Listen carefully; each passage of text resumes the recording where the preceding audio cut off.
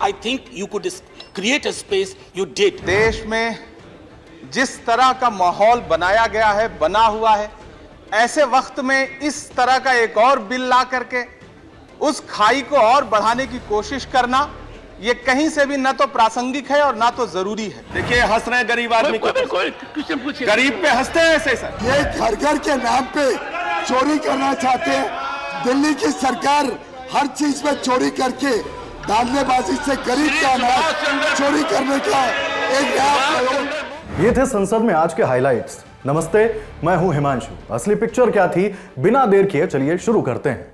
शीतकालीन सत्र का तीसरा दिन है, लेकिन संसद में हुए एक वाकये की चर्चा हो रही है। चर्चा राज्यसभा में मनोज झा के सवाल और उस पर विदेश मंत्री डॉक्टर एस जयशंकर के जवाब की। हम संसद के तीसरे दिन की कार्यवाही की ओर बढ़ें, उससे पहले शीतकालीन सत्र के पहले दिन की तस्वीर देखना जरूरी है। दिन बुधवार, तारीख 7 दिसंबर। मुद्दा था विदेश नीति। मनोज झा ने क्या कहा, जिस पर एस जयशंकर ने उन्हें सीधा जवाब दे दिया। देखिए। There are certain concerns which I would like to know from you. Many a time when we read about Government of India's stand or position paper, it seems that the foreign policy has only been shaped by after 2014. So this 2014 centric approach of foreign policy undermines the people and the processes which were involved since 1947. Number one. Since you are asking me, I would say yes, 2014 was a watershed moment. Yes, things have changed better after 2014. Yes, our foreign policy has become more dynamic, more effective, more prominent after 2014. So I think I'm so glad you picked up the 2014 issue and I hope you will be supportive of it. ये थी पहले दिन की वो तस्वीर जो चर्चा में है और हमें लगा आपको भी इससे रूबरू होना जरूरी है। अब चलते हैं शीतकालीन सत्र के तीसरे दिन की कार्यवाही पर। राज्यसभा की कार्यवाही सुबह 11 बजे शुरू हुई। पीठासीन सभापति ने सदस्यों से दस्तावेजों को सदन के पटल पर रखने को कहा।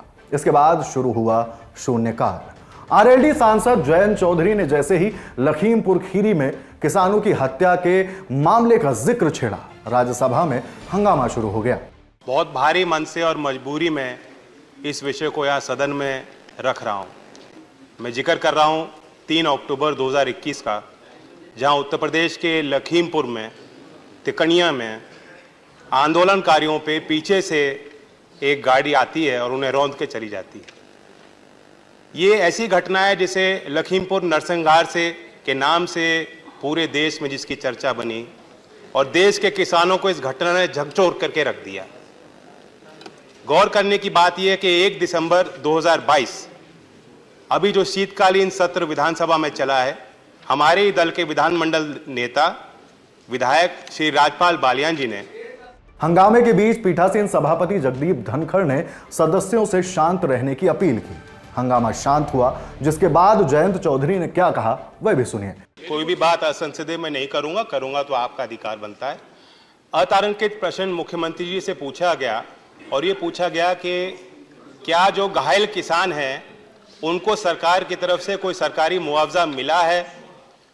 क्या जो मृतक किसान थे इस घटना में उनके परिजनों को कोई सरकारी नौकरी दी गई? मैं आपके संज्ञान में लाना चाहता हूं कि खुद सरकार ने यह वादा इस घटनाक्रम के बाद वहां किसानों के बीच पहुंचकर अपने वरिष्ठ अधिकारियों को भेजकर यह वादा किया था कि 10 लाख रुपए का मुआवजा हर एक घायल को दिया जाएगा। जो 4 मृतक किसान थे उनके परिवारजनों में एक सरकारी नौकरी दी जाएगी। 1 साल बीत चुका है लेकिन अब तक सरकारी कार्रवाई इस पर कुछ हुई नहीं है। मुख्यमंत्री जी का खुद इस पर जवाब आया कि ऐसी कार्रवाई प्रदेश सरकार अब तक नहीं ले पाई है। तो मैं मांग करना चाहता हूं गृह मंत्री जी से, यहाँ सदन के नेता भी मौजूद थे, इन्हें सवाल पूछना चाहिए क्योंकि बहुमत की सरकार आप ही की प्रदेश में है। उनसे जवाब मांगिए अब तक उन्होंने कार्रवाई क्यों नहीं की, क्योंकि ये बात हमारी आपकी नहीं है। ये बात मैं कंक्लूड कर रहा हूं सर, ये बात हमारी आपकी नहीं है। सरकार पे जनता विश्वास क्यों करे अगर आप सरकार वादे पूरे नहीं करेगी? बिहार से आने वाले बीजेपी सांसद सतीश चंद्र दुबे ने प्रदेश में जंगल राज होने का दावा किया। उन्होंने कुछ घटनाओं का जिक्र करते हुए क्या कहा, देखिए।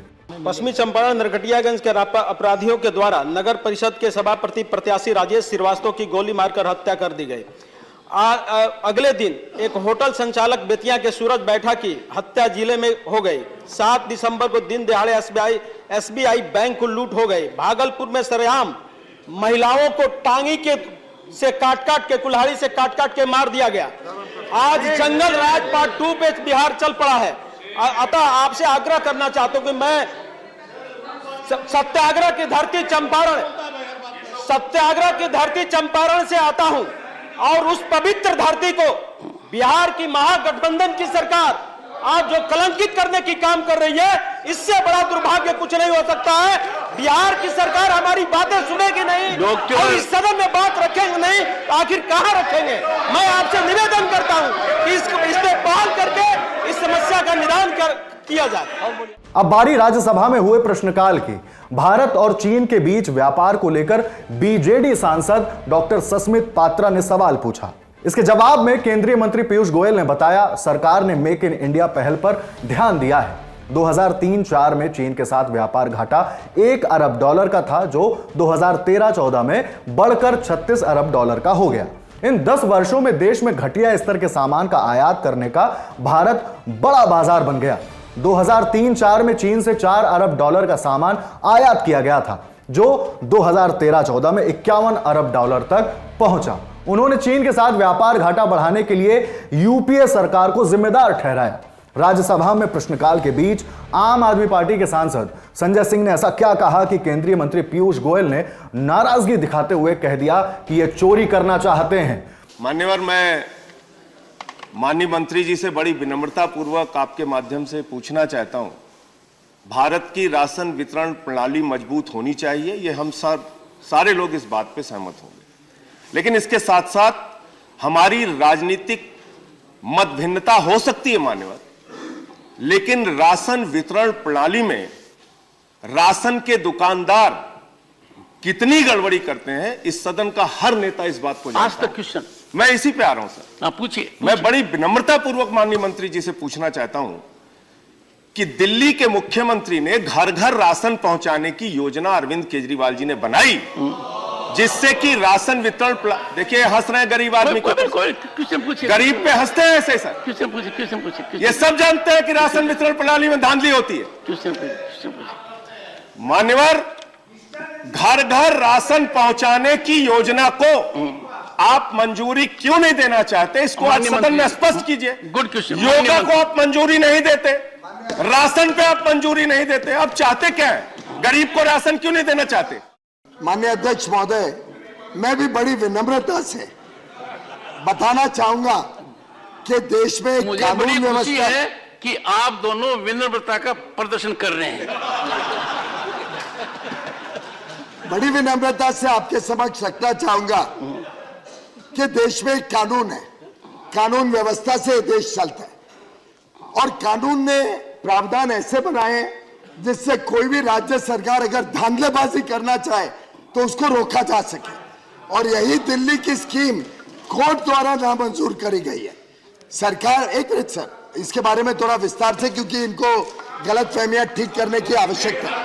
माननीय अध्यक्ष महोदय, माननीय अध्यक्ष महोदय, माननीय अध्यक्ष महोदय, इन्होंने इस बात को नजरअंदाज किया है। माननीय अध्यक्ष महोदय, माननीय अध्यक्ष महोदय, इन्होंने इस बात को नजरअंदाज किया है कि फ्री फेयर प्राइस शॉप भी राज्य सरकार के अंतर्गत चलती है। एक्शन क्यों नहीं लेते अगर वो गलत काम कर रहे हैं? राज्य सरकार की जिम्मेदारी है कि वो उस पर एक्शन ले। और ये घर घर के नाम पे चोरी करना चाहते हैं। दिल्ली की सरकार हर चीज में चोरी करके धांधलेबाजी से गरीब का अनाज चोरी करने का एक नया प्रयोग, पहले दारू में चोरी, अब अनाज में चोरी। ये चोरी की सरकार चोरी को इंस्टीट्यूशनलाइज करना चाहती है।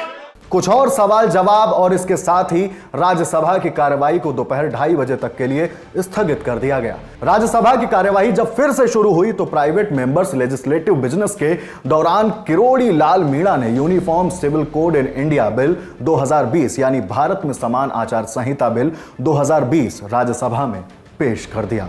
इसके साथ ही उच्च सदन में हंगामा शुरू हो गया, जिस पर पीठासीन सभापति ने सदस्यों को चेतावनी दे दी। भारत में समान आचार संहिता बिल 2020 को लेकर सदस्यों ने अपनी अपनी प्रतिक्रिया दी। सांसद मनोज झा ने कहा कि यह हमें अंधी खाई में ले जाएगा। सर, अभी G20 में हम एक पृथ्वी, एक परिवार, एक भविष्य की बात कर रहे हैं, लेकिन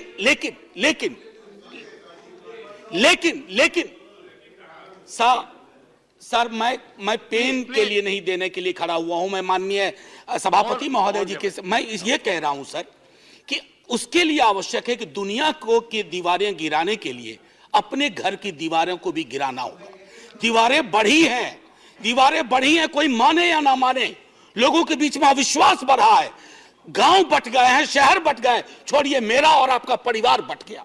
अगर इस तरह के बंटवारे के बीच में अगर इस तरह का हम बिल लाएंगे, मैं आग्रह करूंगा किरोड़ीलाल जी, आपका अपना कद भी बहुत बड़ा है, इसको कृपया पूर्वक वापस ले लीजिए। ये देश हित में नहीं है, ये हमारे सरोकारों के हित में नहीं है, ये हमको एक अंधी खाई में ले जाएगा जहां रोशनी का सुराग नहीं होगा। मनोज झा के अलावा राज्यसभा में समान आचार संहिता 2020 को लेकर अन्य सदस्यों ने क्या क्या कहा वो भी सुन लीजिए।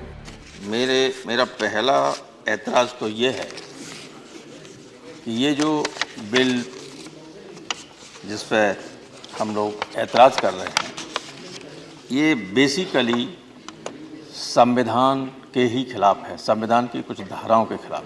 मैं इस उच्च सदन में खड़ा होकर के आपसे ये अनुरोध करूंगा कि देश में जिस तरह का माहौल बनाया गया है, बना हुआ है, ऐसे वक्त में इस तरह का एक और बिल ला करके उस खाई को और बढ़ाने की कोशिश करना, यह कहीं से भी न तो प्रासंगिक है और ना तो जरूरी है। 2018 में लॉ कमीशन की रिपोर्ट है जिसमें जस्टिस बीएस चौहान साहब का सीधे सीधे कहना है कि इस तरह के किसी कानून की न कोई आवश्यकता है अभी। अब बात लोकसभा की। सदन की कार्यवाही सुबह 11 बजे प्रश्नकाल के साथ शुरू हुई।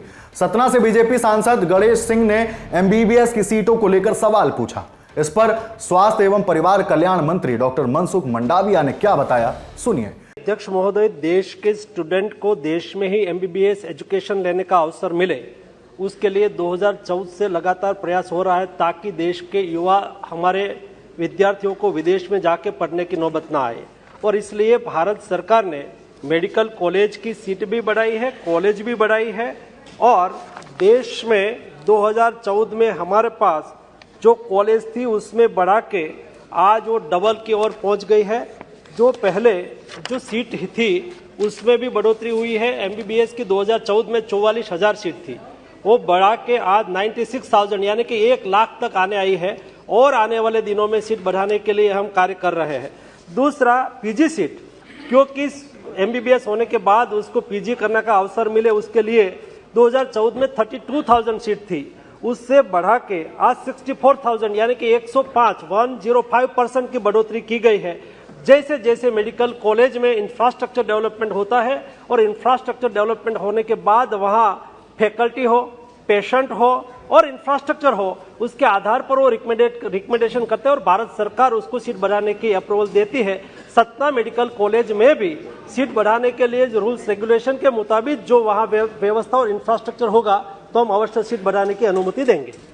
प्रश्नकाल के दौरान कल्याण बनर्जी ने कैंसर को लेकर जरूरी जानकारी मांगी। इस पर केंद्रीय मंत्री डॉक्टर भारती पवार ने यह जवाब दिया। मैं अवगत कराना चाहती हूँ कि ज़रूर कोविड के कारण कुछ संख्या कम हुई है। बिकॉज ऑफ कोविड कैंसर के पेशेंट का स्क्रीनिंग हो या ट्रीटमेंट हो, उस टाइम में थोड़ा डिस्टर्ब हुआ था, लेकिन आफ्टर कोविड स्क्रीनिंग भी बढ़ गए हैं और लगातार HWC हेल्थ और वेलनेस सेंटर्स, जो कि आपने कहा कि ग्रामीण में हो या शहर में हो, ये सेवाएं बढ़नी चाहिए। So keeping in that view, sir, we are going to increase our 1.5 lakh health and wellness centers throughout the country, and through that we are providing the very good screening services. So our aim is to provide and concentration on screening. Sir, आज हमने देखा जाए तो HWC के through लगभग 16 crore oral cancer के detection किए हैं, 8 crore breast cancer and 5.53 crore का सर्वाइकल कैंसर का डिटेक्शन हुआ है। ये बहुत ही गंभीर और चिंताजनक आंकड़े हैं, लेकिन फिर भी अर्ली डायग्नोसिस पे हम काम कर रहे हैं और वो अवेयरनेस भी बढ़ा रहे हैं। उसके अलावा sir PHC, sub centre, district hospital, सब डिस्ट्रिक्ट हॉस्पिटल में ये सेवाएं हैं। उसके बाद सर टर्शरी केयर के लिए पेशेंट को सुविधा मिले, इसलिए लगातार जैसे पहले जवाब में माननीय मंत्री जी ने कहा कि मेडिकल कॉलेजेस, एम्स बढ़ा रहे हैं। और उसके अलावा सर हमारे 19 स्टेट कैंसर इंस्टीट्यूट्स लगभग बढ़े हैं इन 8 सालों में, और 20 टर्शरी कैंसर केयर सेंटर्स बढ़ाए गए हैं, जिसमें सर वेस्ट बंगाल में हमारे 3 टीसीसी है, टर्शरी केयर कैंसर सेंटर्स, और उसके अलावा national cancer institute eight Jhajjar जो कि बहुत बड़ा सेंटर खुला है, और Chittaranjan national cancer institute Kolkata में है जो कि 460 बेड का। सर ये लगातार प्रयास हो रहा है कि कैंसर के लिए सुविधा हर एक जिले में, हर एक स्टेट में उपलब्ध हो। धन्यवाद। इसके बाद सदन के पटल पर दस्तावेजों को रखा गया। कार्यवाही आगे बढ़ने के साथ संविधान अनुसूचित जनजातियां आदेश 2, 3, 4 और 5वां संशोधन विधेयक 2022 पेश किया गया। लोकसभा में शून्यकाल शुरू हुआ। कांग्रेस नेता अधीर रंजन चौधरी नोटबंदी के बाद की स्थिति बताने लगे। हंगामा बढ़ा। जवाब के लिए झारखंड के गोड्डा से बीजेपी सांसद डॉक्टर निशिकांत दुबे खड़े हो गए। जमकर हंगामा हुआ, सुनिए। सर जब तक सर स्विस बैंक की सवाल होते हैं कि काले धन जो रखते हैं उसको गोली खा के, रात को नींद की गोली खा के सोने पड़ गए, जो कहते हैं हमारे प्रधानमंत्री जी। आज स्विस बैंक में सर पिछले 14 साल में सबसे ज्यादा 30,500 करोड़ आज स्विस बैंक के पड़ा हुआ है। सर भ्रष्टाचार की मुद्दा में आज ये हिंदुस्तान की यह हालत हुई है कि 2016 में हमारे सर रैंक था 79, आज आ गया 85। सर फर्जी नोट 102% बढ़ चुके हैं 500 रुपया की नोट पे, और 55% बढ़ चुके हैं 2000 रुपया की नोट पे। सर इसलिए मैं ये कहना चाहते हैं धन्यवाद सभापति महोदय। ये कांग्रेस की जो घड़ी है सर 1950 में रुक गई है। जिस वक्त ये 17 लाख करोड़ की इकोनॉमी थी सर, उस वक्त भारत की इकोनॉमी 1 ट्रिलियन की थी, आज 3 ट्रिलियन की है, जो कि 5 ट्रिलियन होने वाली है। दूसरा नोटबंदी जो है सर, जो आरबीआई ने कहा कि हमारे कारण ये नोटबंदी हुआ और ये वेल थॉट प्रोसेस था। उसका कारण था कि इस देश में कांग्रेस के कारण terror money, arms money, drugs money, black money और फेक करेंसी का पूरा बोलबाला था, और उसको खत्म करने के लिए आरबीआई ने एक बड़ा कदम उठाया माननीय प्रधानमंत्री जी के नेतृत्व में, और यही बात सुप्रीम कोर्ट में बार बार हो रहा है। और कांग्रेस जो है ये भ्रष्टाचारियों के साथ है, ये बांग्लादेशियों के साथ है, ये पाकिस्तान के आईएसआई के साथ है, और इस देश को टुकड़े टुकड़े करने वाले गैंग के साथ है। शून्यकाल में विभिन्न मुद्दों को उठाए जाने के बाद सदन की कार्यवाही को दोपहर 2:05 तक के लिए स्थगित कर दिया गया। सदन की कार्यवाही फिर शुरू होने के साथ लोकसभा में नियम 193 के तहत भारत में खेलों को बढ़ावा देने की जरूरत और इस पर सरकार की ओर से उठाए गए कदमों पर चर्चा की गई। इसमें सदस्यों ने अपनी अपनी प्रतिक्रिया सदन में रखी। उत्तर प्रदेश के कैसरगंज से बीजेपी सांसद ब्रजभूषण शरण सिंह ने पाकिस्तान को लेकर क्या कह दिया, वह भी सुन लीजिए। जैसे मेरा पड़ोसी देश पाकिस्तान है, पाकिस्तान की बात नहीं करना चाहिए, मैंने निंदा करने का नहीं है। अध्यक्ष जी, उसका कुश्ती का बजट है 10 लाख और मेरा है 19 करोड़। मेरे कुश्ती का बजट है 19 करोड़। आज मैं बड़े जिम्मेदारी के साथ कह सकता हूं कि दुनिया में कोई भी देश हमारे मुकाबले सुविधा नहीं दे रहा है। भारत में खेलों को प्रमोट करने की जरूरत पर सदस्यों ने कुछ सवाल पूछे, जिसका संबंधित मंत्रियों ने जवाब भी दिया। अब आप एक चीज पर बुरा उलझ गए होंगे शायद, यूनिफॉर्म सिविल कोड क्या होता है, सरल भाषा में जान लीजिए। भारत के संविधान के अनुच्छेद 44 में यूनिफॉर्म सिविल कोड यानी समान नागरिक आचार संहिता का उल्लेख है। इस संहिता से मतलब है कि कानून पूरे देश में एक समान रूप से लागू होगा, मतलब किसी भी धर्म, जाति, जनजाति या अन्य समुदायों के लिए अलग कानून लागू नहीं होंगे। सबके साथ एक ही तरह का व्यवहार किया जाएगा। सदन की कार्यवाही में और क्या बचा रह गया बताएंगे संसद में आज के अगले एपिसोड में। बाकी आपको हमारा शो कैसा लगा हमें कमेंट बॉक्स में जरूर बताइए।